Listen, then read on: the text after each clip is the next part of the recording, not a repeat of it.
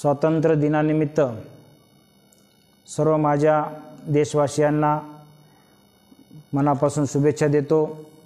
ज्या ज्या वीर पुरुषांनी स्वतःच्या जीवनाचं बलिदान दिलं आणि या देशाला आणि राज्याला स्वातंत्र्य मिळवून दिलं, त्यांना विनम्र अभिवादन करतो।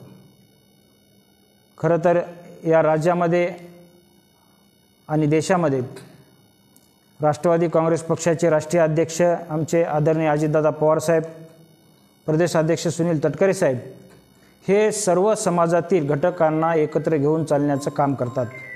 राष्ट्रवादी काँग्रेस पक्ष म्हणजे हे सेक्युलर पक्ष आहे, सर्व समाजाला एकत्र घेऊन एकोप्याने काम करून त्यांना पुढे नेण्याचं काम करते। त्या माध्यमातून सर्व जनतेला पुन्हा एकदा या स्वातंत्र्य दिनानिमित्त शुभेच्छा देतो।